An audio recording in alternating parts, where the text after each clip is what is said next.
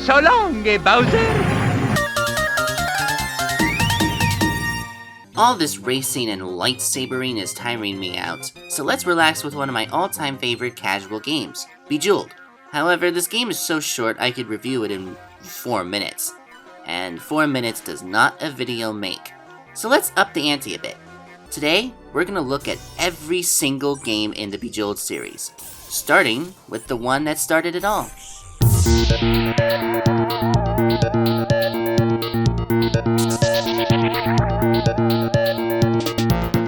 So let's begin with a brief history lecture. The concept for a game based around swapping adjacent objects to create matches of 3 actually existed about 10 years prior to this series, in a game called Shariki, developed by a guy named Eugene Lemjin. I'm sorry, I don't speak Russian, so I'm probably butchering that name. Anyway, this guy programmed this little game in 1994 for MS-DOS, and the premise was simple. Swap 2 adjacent colored balls either vertically or horizontally to create matches of 3 or more. Those matched balls are removed, and new ones fall in their place. The game continues on from there until you run out of moves, thus ending the game. It was unique for sure, and it ended up influencing some other games too, like Panel de Pon and Pokemon Puzzle League. But how did we get from Shariki to, Candy Crush Saga? Well, that's where one little game company comes in. This company was founded in 2000 by friends John Vici, Brian Fiat, and Jason Kapalka. Sorry if I messed those names up. And this company was called Sexy Action Cool. Wait, what? Yeah, that didn't last long. After releasing their first game called Foxy Poker as a revenue stream, they rebranded into PopCap Games, which is what they're still known as today. And it was time to make a game that would become their breakout hit. The game would be inspired by Shariki and include amazing colorful graphics and awesome module tracker music by a former member of Future Crew. This game was Diamond Mine. Wait, what? Man, PopCap's history seems to be riddled with name changes, but this time I would have been okay with the name. Someone wasn't though, and decided to suggest a different name to market it with.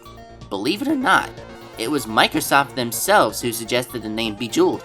Apparently there was already a game called Diamond Mines that existed, and they felt that PopCap's game sounded too similar to that. There were a few releases that retained the Diamond Mine name. I vaguely remember playing a few of them. They did move forward with Bejeweled though, and the game released for browsers in 2001. And it was huge! Soon after that, the game got a deluxe version for Windows, and that itself was eventually ported to Mac OS 9, even carbonized for Mac OS 10.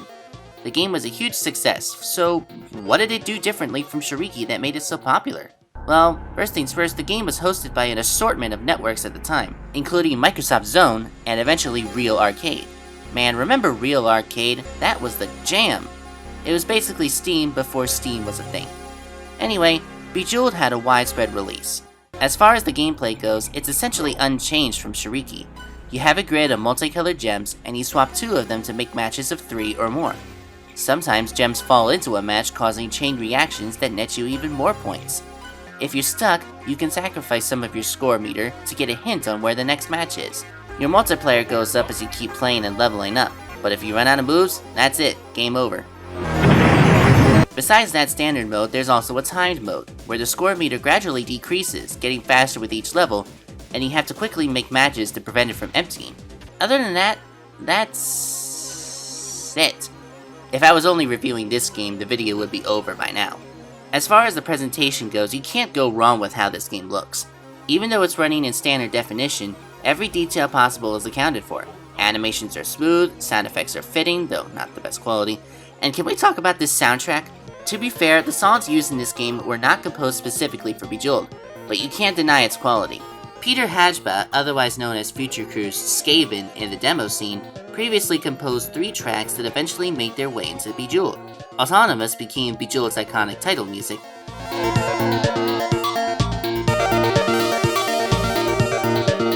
Network became the normal game theme.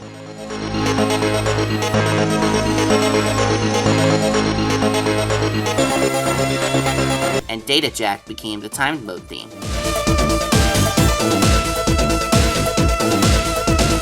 This guy has talent, you guys. So much talent that his works made their way into other PopCap games, and he even began composing new soundtracks for later games. How is he so good? Bejeweled was an outstanding success and was ported and rehosted fairly often. Probably the most famous port besides the Windows version was the Palm OS port by Astroware. Remember the Palm PDAs? They were pretty cool and served as a precursor to the smartphones of today. And I had Bejeweled installed on every Palm Pilot I had my hands on, including my first cell phone, which was a Trio 180 that ran Palm OS 3.5. And I have no shame. Oh, another tidbit about this game, it turns out the main focus was actually going to be the timed mode. According to an interview, the developers accidentally left in an untimed tutorial level that people ended up preferring in most cases. And honestly, I'm with them. I'm glad Bejeweled has the slower paced normal mode as well as the fast paced time mode. A game mode for everybody. Or so I thought.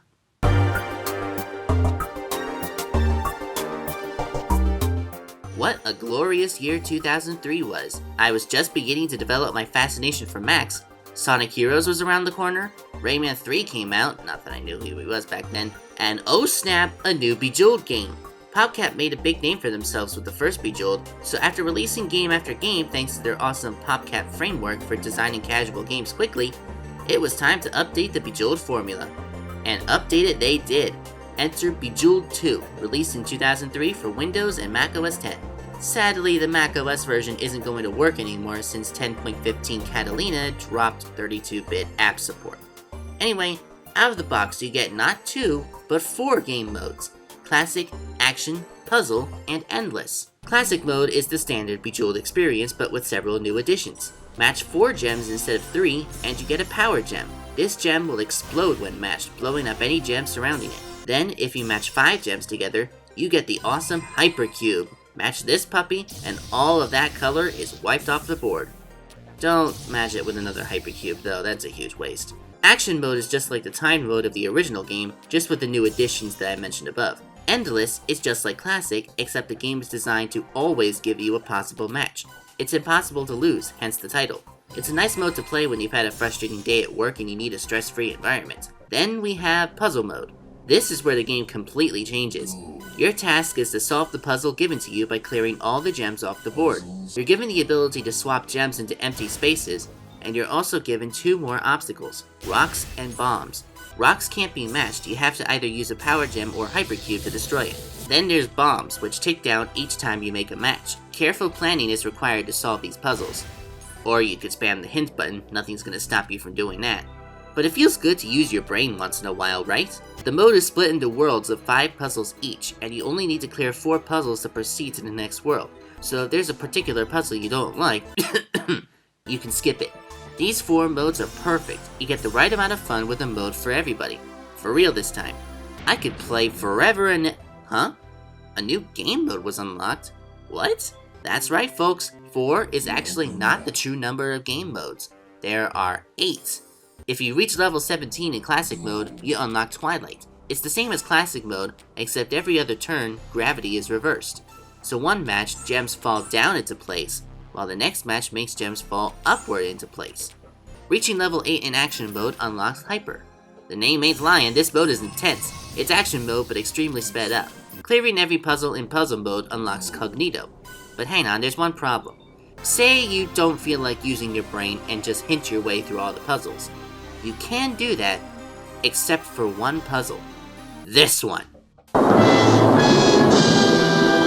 This jerkwad has been the bane of my PC gaming life. There are absolutely no hints, and back when the game came out, there weren't any guides on how to get it. You had to actually use your brain and figure out what to do. Nowadays though, you can easily find a YouTube video or guide somewhere to figure out how to beat it. But I didn't! Yes sir, I sat down and did this puzzle the old-fashioned way, by trial and error. And several minutes later, I finally got it. It is not easy, but completing it kind of feels rewarding, overcoming such a difficult challenge. I actually beat the puzzle by a stroke of luck when I was little, and that's how I discovered there were hidden game modes. But of course I had completely forgotten how I did it because that was several years ago. My brain hurts! So after that beautiful mess, you unlock Cognito, which reprises the puzzles you just played into a score-based progression system. Each time you solve a puzzle, you gain points, and clear enough points and you move on to the next level. It's a nice bridge between the standard gameplay and the radically different puzzle mode. Then we have the mode you unlocked from Endless Mode, Finity. Now, I have something to confess here. While I did legitimately unlock the other game modes, even playing that stupid puzzle without a guide, for this one, I cheated. Let me explain. The quotas for the other 3 modes make perfect sense. But to unlock Finity, you're required to play up to level 280? That's basically impossible for any casual player. So, I had to speed things up. Bejeweled 2 stores its score limit and multiplayer information in external XML files, as in, they're not hard-coded, so anyone can go in and change them. Set them to the lowest settings, restart the game, and voila! It still takes time, but it's significantly less time than normal. So we have Finity. Finity plays pretty much like timed mode, except they decided to add rocks and bombs to the game, and the only way to get points is by exploding gems using power gems or hypercubes. Normal matches do not give you points. In all honesty, that sounds more tedious than anything, so I'd probably say that this mode is not worth it. That's 1 for 8 though, so you still get a fantastic game overall. Oh, and there's a hidden mode called Original. It's not selectable on the title screen. What you have to do instead is hover over each of the 4 game modes in a clockwise motion 8 or 9 times. Original mode replicates the original Bejeweled. Matching 4 or 5 gems together simply gives you more points, instead of giving you a special gem. What you see is what you get. Bejeweled 2 quickly became the company's most popular game, to the point where it was ported to a whole slew of platforms. It's been on Windows, macOS, Palm OS, PlayStation 2, original Xbox, Xbox 360, PlayStation 3, Wii, and iOS. Whew! As far as I'm aware though, besides the iOS and Palm OS versions, which remove some game modes, all these versions basically play the same. So with Bejeweled 2 a huge success, PopCap's legacy was secured, and with a tease in the credits, it was time for the series to get a 3rd entry. Hello? 2008? What do you mean we have to do a spin-off first?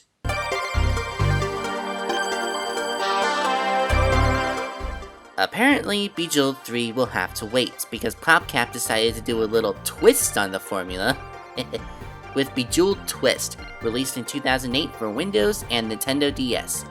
Instead of matching gems by swapping 2 adjacent ones, you instead rotate a group of 4 gems clockwise. This also means you're no longer required to make a match every move. You can simply rotate as many times as you need. Power gems return as flame gems, gained once again by matching 4 gems. But instead of getting a hypercube for 5 gem matches, we get a brand new gem, the lightning gem. Lightning gems, when matched, take out the entire row and column it's in. Now that's cool. The lightning gem would end up returning in future games too.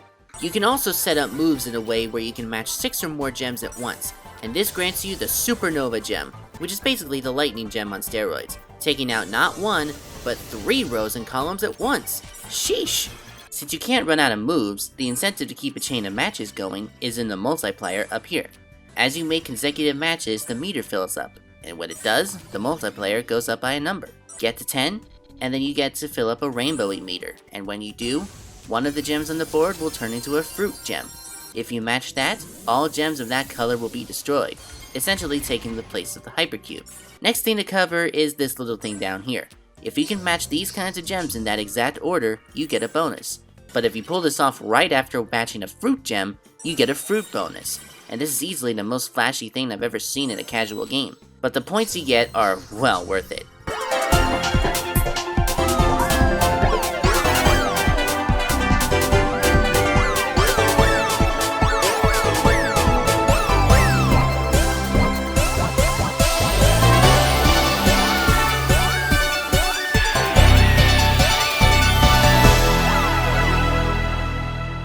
However, since it's now impossible to run out of moves, there needs to be a way to lose classic mode, right? So they added a bunch of what are called bad gems. First up is the bomb gem.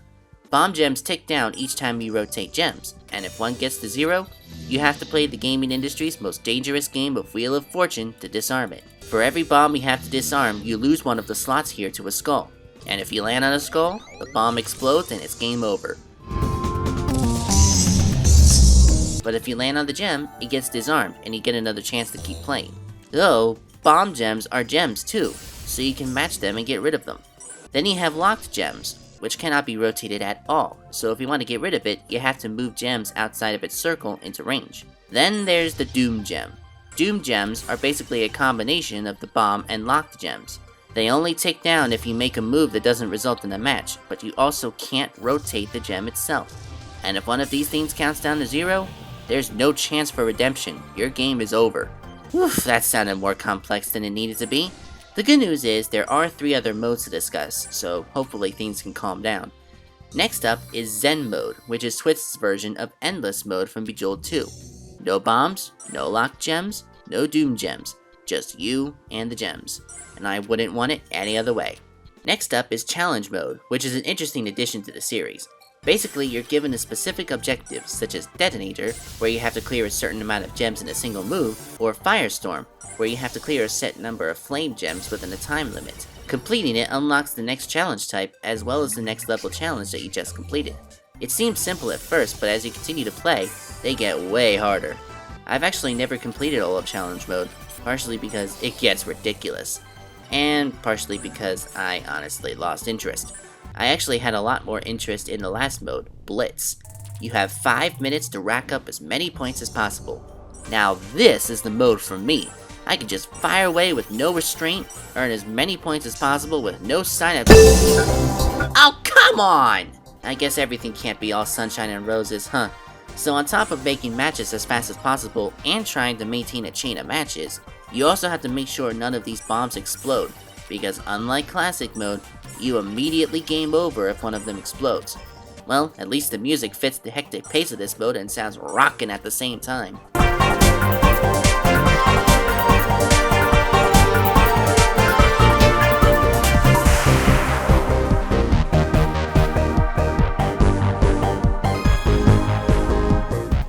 There's also a replay feature, where if you make an exceptionally awesome chain reaction, you can instantly watch it again. It's pretty minor, but it's cool nonetheless. And that concludes Bejeweled Twist. It's a pretty fun game, but it can be hard at times to go back and forth between this game and others in the series, simply because of the different control scheme. But now that we completed the spin-off, we can finally move on to— Hey, Speedy, wanna play Bejeweled Blitz? It's time for the daily challenge. Come on, Speedy, come on! You want to? Just play the daily challenge. Bejeweled Blitz, Bejeweled Blitz! It's time to play Bejeweled Blitz. Alright, fine. I'll play Blitz too. Good grief, how many more sidetracks am I gonna have to deal with before getting to Bejeweled 3? Anyway, Bejeweled Blitz is yet another spin-off, though one that plays more like the original games. It began as a Facebook game where it's still managed, but also briefly had a PC standalone release that can be played either with or without a Facebook account. Because of privacy reasons, I'm opting to play the offline version for this video. This segment's not gonna last long anyway. In Bejeweled Blitz, you're thrown into a match with 1 minute hard set on the timer, and your goal, like Blitz Mode and Bejeweled Twist, is to rack up as many points as possible and compare your best score with your Facebook friends. The game originally took the style of Bejeweled 2, but then adopted Twist's redesigned look. Flame Gems and Hypercubes return, as well as the introduction of Star Gems, which behave just like the Lightning Gems in Twist, destroying the row and column that's in. Multiplayers will occasionally fall onto the board, and if you match them, your score will be multiplied. This time, the gameplay is slightly changed, so that you can swap gems while other gems are falling, which creates more combo potential. As well, you can get more multiplayer bonuses by matching gems really quickly, to the point where you enter Blazing Speed mode. While this is active, any match you make explodes like a flame gem. Getting to this point makes for some insane potential for chaining moves, because if you're fast enough, you can explode a crap ton of gems during Blazing Speed. It'll eventually fade out and go back to normal regardless of what you do, so you need to take advantage of it while it's there. And that's it. That's the whole game.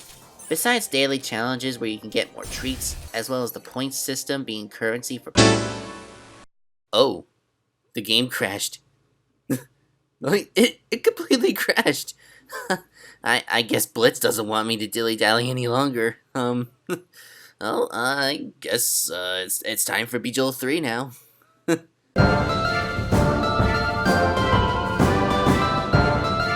This is the game I've been waiting to review this whole video. Released in 2010 for Windows, OS X, Nintendo DS, PlayStation 3, and Xbox 360, Bejeweled 3 is basically the most modern form of Bejeweled. 8 game modes, 1080p graphics, new and varied gameplay styles, the works. You start with 4 game modes and you can very easily unlock the other 4 by just playing the game. No having to play until levels in the 200s like in Bejeweled 2. The mode unlock requirements are a lot more fair this time around. Classic mode is standard Bejeweled fare. You play until you run out of moves. Flame gems, hypercubes, star gems, and supernova gems all make their return here. None of the other bells and whistles from Twist come back, thank goodness. Zen mode also makes a return, and it's essentially endless mode once again. This time though, they added a lot of tools to help people relax while playing the game. Environmental noise, motivational quotes, breathing regulation indicators, and even binaural beats, which are supposed to help change the state of your brain. However, in the moments I played this game, I've actually been worried that using binaural beats would hinder what I need to do next, so I haven't used them. But everything else I can confirm is extremely calming, so whenever I'm having a bad day, I try to find some time and load up Zen mode. I actually struggle a lot with self-confidence, so I turn on those motivational messages to try to help whenever I'm having an episode, and it does help a lot of the time. But there are also moments where I want to just take off my inhibitor rings and fly. That's where lightning mode comes in. It's basically Bejeweled Blitz, but with a way to extend your game time. How it works is, as you play and rack up the points, time gems, either 5 or 10 seconds each, will fall, and matching them will add the stated amount of time to your storage. Once the initial minute runs out, whatever time you have stored up is added to your time, and the multiplier goes up by 1. I've actually gotten the multiplier up to 7 or 8 in some of my runs. I really love this game mode. The last of the initial game modes is Quest, which kinda behaves like the challenge mode in Bejeweled Twist. You have a set objective and a time limit to complete it. Each completed challenge gets you a piece of a relic, and getting all the pieces lets you move on to the next room. There are quite a few exclusive gameplay styles to this mode too, such as Alchemy, where you have to match gems in a way that makes the background of each row and column turn to gold, or Buried Treasure, where matching gems reveals treasure in the background. Some challenges return from Twist, such as clearing a certain number of gems with a limited amount of moves. So now, let's move on to the hidden game modes. Reaching level 5 of Classic mode gives you Poker, where the amount of points you get is determined by your hand of cards, which is determined by what matches you make. Somewhat like standard poker, you can make pairs, Spectrum, where no gem is the same, 2-pair, Full House, 3 or 4 of a kind, or a flush. As you keep playing, some hands lock, meaning you could potentially lose if you end up with one. But racking up points by making other hands and filling up a meter can break these locks. It really makes you think about what matches you should make, and I enjoy that kind of change of pace. Getting at least 100,000 points in Lightning mode grants you Ice Storm. Ice columns are filling up constantly, and you have to make matches to push them down. If one reaches the top, you have a short amount of time to get a match in before it freezes the entire board. On occasion, a hypercube might fall, and this has happened a couple of times while I played. Reaching level 5 in Zen mode gives you Butterflies, a mode where some gems turn into butterflies that move upwards each time you make a match. You can't let any of the butterflies reach the top of the screen though, because there's a spider waiting to eat it. If the spider even gets one butterfly, it's game over. Lastly, getting the first relic in Quest mode gives you Diamond Mine. Oh, I see what they did there. Anyway, Diamond Mine has you digging up treasure by matching gems right by patches of dirt, which can reveal said treasure or even hypercubes. You're on a timer, but if you clear the 4th to last row, you can get a time bonus, and the screen shifts down to reveal more dirt. You also get a huge bonus for clearing the entire screen of dirt, but the other reward for that is, well, more dirt. You can also get trophies for doing certain things in the game, like blowing up a certain amount of flame gems or exceeding a point count in a certain mode. It's cosmetic and doesn't have much of a point, but it's a nice feeling.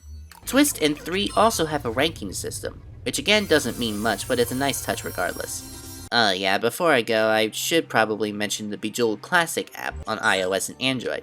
It's essentially a watered-down version of Bejeweled 3 with some game modes missing.